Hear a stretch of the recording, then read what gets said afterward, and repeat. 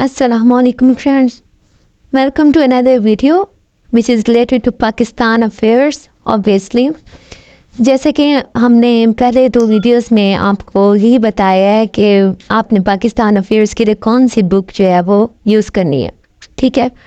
लेकिन जो सबसे बड़ा मसला ये आता है कि हम बुक तो ले लेते हैं, बुक्स ले लेते हैं, हम मल्टीपल नोट्स ले लेते हैं, ईच एंड एवरीथिंग जितना भी मटेरियल हमें चाहिए होता है वो हमें मिल जाता है, लेकिन कोई हमें ये नहीं बताता कि आपने पेपर अटेम्प्ट कैसे करना है, ठीक है। लाइक पेपर अटेम्प्ट करने से मुराद ये है कि कोई भी जो क्वेश्चन है आपने उसको कैसे अटेम्प्ट करना है। अब काफ़ी इस तरह के एस्पिरेंट्स हैं जो एकेडमीज़ को ज्वाइन नहीं कर सकते, तो उनके माइंड में ये चीज़ें चलती रहती हैं कि पता नहीं जो मैं तैयारी कर रही हूँ या कर रहा हूँ वो ठीक है या नहीं है, या मैंने किस तरह से पेपर को अटेम्प्ट करना है। फॉर एग्ज़ाम्पल हम एक ही टॉपिक ले लेते हैं, सर सैयद अहमद ख़ान का टॉपिक ले लेते हैं, तो उसमें इतना कुछ डिस्कस किया उनकी सर्विसेज और ईच एंड एवरीथिंग, लेकिन हमें ये नहीं पता कि हमने अटेम्प्ट किस तरह करना है। तो आज जो है ना आपको अपना एक चेक किया हुआ पेपर दिखा रही हूँ जो कि मैंने चेक करवाया था इधर मकतब एकेडमी से भी और नोआ से भी। तो आप ये देख लें कि जो मैंने टेस्ट दिया था, अब दो क्वेश्चन थे, उनमें से मैंने एक अटेम्प्ट किया था। What factors led to the expansion and downfall of the Muslim society in the subcontinent? ठीक है, ये बहुत फेमिलियर क्वेश्चन है, तकरीबन पास पेपर्स में भी आ चुका है और ये भी पास पेपर का ही क्वेश्चन है। तो अब इसका जो देखें, अब ये है ना, what factors led to the expansion and downfall of the Muslim society in the subcontinent। सबसे पहले तो क्वेश्चन को ब्रेक डाउन करना सीखें। अब देखें, इसमें दो चीज़ें पूछी गई हैं। एक तो पूछा गया फैक्टर्स, किस चीज़ के फैक्टर्स कि किस तरह से मतलब एक्सपेंशन हुई, किस तरह से ये मुस्लिम सोसाइटी जो थी सब कॉन्टिनेंट में वो फैली। और जहाँ पे एंड आ जाए ना, इसका मतलब उससे पहले जो चीज़ पूछी गई है वो एक है, ठीक है, और उसके बाद जो पूछी गई है वो दूसरी चीज़ें पूछी गई हैं, ठीक है। इसका मतलब हमारे इसमें दो क्वेश्चन बन रहे हैं, एक हमने फैक्टर्स बताने हैं एक्सपेंशन के और दूसरा उसका डाउनफॉल बताना है। सबसे पहले जाहिर है ये फैक्टर्स पूछे गए हैं तो हम वही बताएंगे। देखिए मैंने इसमें सब हेडिंग दी है, एक्सपेंशन ऑफ मुस्लिम सोसाइटी, ठीक है। ये मैंने क्वेश्चन को अटेम्प्ट किया हुआ है, आप लोग देख सकते हैं।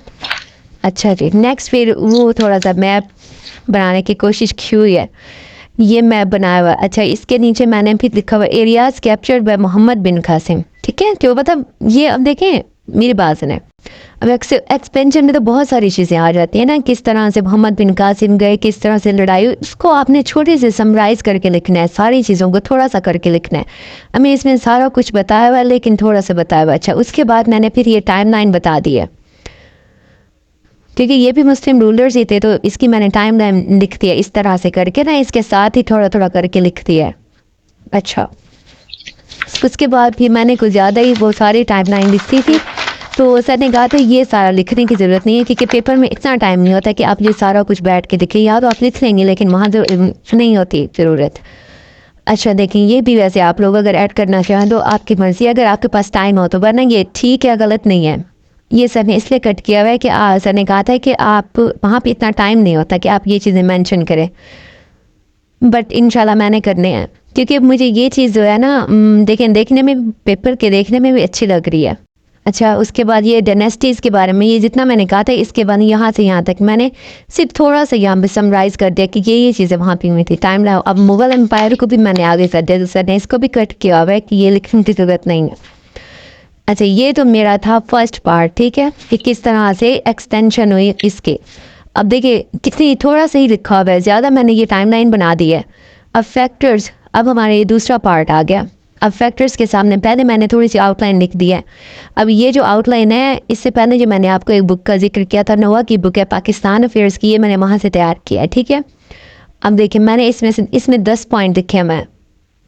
अब फिर उसके बाद मैंने इस तरह से लिख के फिर मैंने ये सब हेडिंग दी है, सब हेडिंग दी है कि फिर मैंने क्वेश्चन लिखा है, वीक सक्सेसर ऑफ औरंगजेब, अच्छा luxurious life of Mughals, incompetent army, lack of sources, ये इस तरह मैंने क्वेश्चन बन किया हुआ है। फॉरेन इन्फ्लुएंस ठीक है। ये कॉन्स्पिरेसीज जो थी उनके अंदर मतलब उनके दरमियान में आपस में भाई लड़ते रहे और एक दूसरे के दुश्मन बनते रहे। अच्छा, ये यहाँ पर टाइम ख़त्म हो गया था तो इस वजह से मुझे छोड़ना पड़ा, लेकिन इसके बाद यहाँ पे एक हम लोग एंड में लिखते हैं कंक्लूजन। ठीक है। अच्छा जी, इसमें आई थिंक मैंने किया हुआ होगा। अब नेक्स्ट क्वेश्चन ये है कि describe the services of Shah Waliullah for the renaissance of Muslim society of the sub continent. अब ये देखें, अब इसमें उन्होंने क्या पूछा हुआ है कि सर्विसेज पूछी हुई हैं शाह वलीउल्लाह की कि वो मुस्लिम सोसाइटी में सब कॉन्टिनेंट में वो किस तरह से एक तब्दीली लेके आए। ठीक है। अब सबसे पहले हमने इंट्रोडक्शन लिखा। इंट्रोडक्शन में मैंने शाह वलीउल्लाह के लिए, सर सैयद अहमद ख़ान के लिए और वो इनके लिए ना मैंने एक ही वो याद, और जो मुजद्दिद अल-अफ़सानी है उनके लिए मैंने एक ही वो याद किया हुआ है जो इंट्रोडक्शन में मैंने लिखना है। ठीक है। अब necessity of the reformation is when the downfall happens in the course of time and place. अब देखें, ये चीज़ हम उन दोनों में लिख सकते हैं, दोनों मतलब पास में जितने भी ये रिफॉर्मर्स हैं उनके लिए लिख सकते हैं। The reformation is not mean to bring something new. Its responsibility is to bring people on a proper and right path. The history is eyewitness of the presence of the reformers. देखें, अब ये जो चीज़ है introduction, ये हम सिर्फ एक बार याद कर ले तो हम हर जगह पे लिख सकते हैं।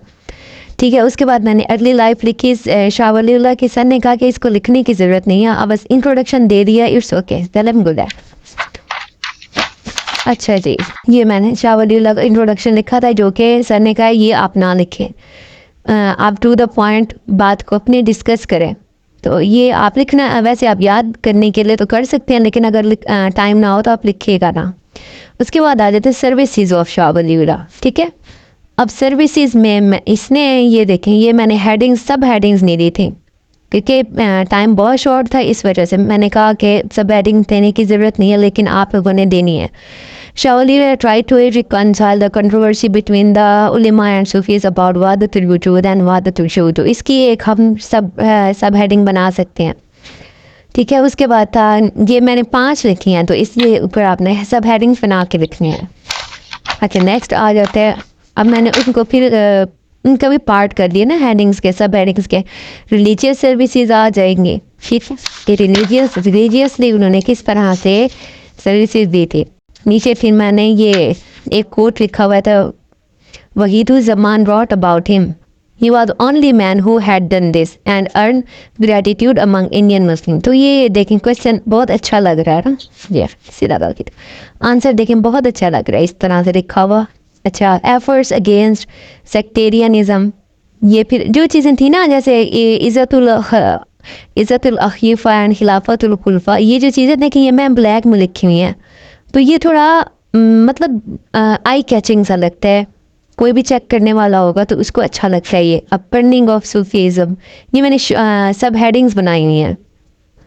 अब देखें यहाँ पे मैंने 1 लिखा है ना कि रिलीजियस सर्विसेज, मतलब मैं एक सर्विसेज रिलीजियस बता रही हूँ तो उसने 1.1 1.2 मतलब ये फर्स्ट का ही पार्ट है, तो ये 5 लिखे है। अब नेक्स्ट भी इसी तरह से 5 ही होंगे। फिर पॉलिटिकल सर्विसेज आ जाती है। अब देखिए ये इनकॉम्पिटेंट रूलर्स, ये इस तरह से ना ब्लैक में लिखा हुआ है। फिर 2.2 steps against rising power of non Muslim, ये इससे भी ज़्यादा अच्छा लिखा जा सकता है, इससे भी ज़्यादा अच्छा अटेम्प्ट किया जा सकता है, लेकिन तरीका यही होना चाहिए। 2.3 आ जाता है। ठीक है। 2.4 और 2.5 देखे, इसने भी सब हेडिंग्स 5 बना के लिखी हुई हैं। अब इसने भी मैंने ये जो लिखा हुआ है, ये ही सेड, ये मैंने बॉल पेन इससे लिखा हुआ, मार्कर से लिखा हुआ, ब्लू मार्कर से, कि सोशल रिफॉर्म्स, सोशली उन्होंने किस तरह से किया। अब देखें इसमें भी 5 पॉइंट थे। ठीक है। तो इकोनॉमिक सर्विसेज, अच्छा ये इकोनॉमिक में फिर मैंने ये थोड़ा सा इस तरह से कर दिया, बहुत आई कैचिंग सा लग रहा था।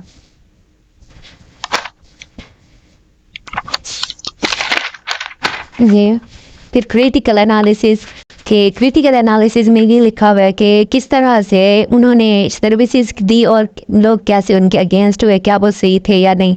और एन पी मैंने कन्क्लूजन लिख दी है।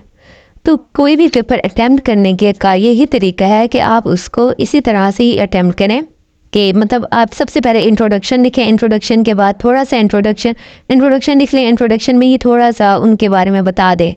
जैसे मैंने ये इंट्रोडक्शन लिखा हुआ है, मुझे अलग से उनकी अर्ली लाइफ लिखने की ज़रूरत नहीं थी, मैं ये लिख के इसी के अंदर ही उनको मेंशन कर देती शाह वलीउल्लाह को।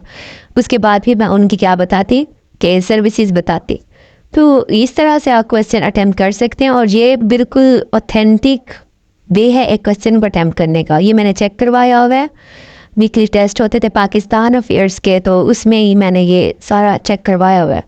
तो आप लोग भी इस तरह से क्वेश्चन अटैम्प्ट कर सकते हैं। इसके अलावा अगर आपने कोई और चीज़ पूछनी हो, कोई भी क्यूरी हो पाकिस्तान अफेयर्स के हवाले से या CSS के हवाले से कोई भी हो, तो आप मुझे कमेंट सेक्शन में बता सकते हैं। और मेरे चैनल को फॉलो करें ताकि आपको डेली जो मेरी वीडियोस आए वो आपको मिलती रहें। और इंशाल्लाह अब हम ये स्टार्ट करेंगे कि हम डेली एक क्वेश्चन को अटैम्प्ट करने का तरीका सीखेंगे कि एक क्वेश्चन को पास पेपर का क्वेश्चन लेंगे या फिर हम अपना सिलेबस लेंगे, उसमें से हम डेली एक टॉपिक को सिलेक्ट करके उसके जितने भी पास पेपर क्वेश्चन हैं हम उसको अटैम्प्ट किया करेंगे इंशाल्लाह। Thank you so much. अल्लाह हाफिज़।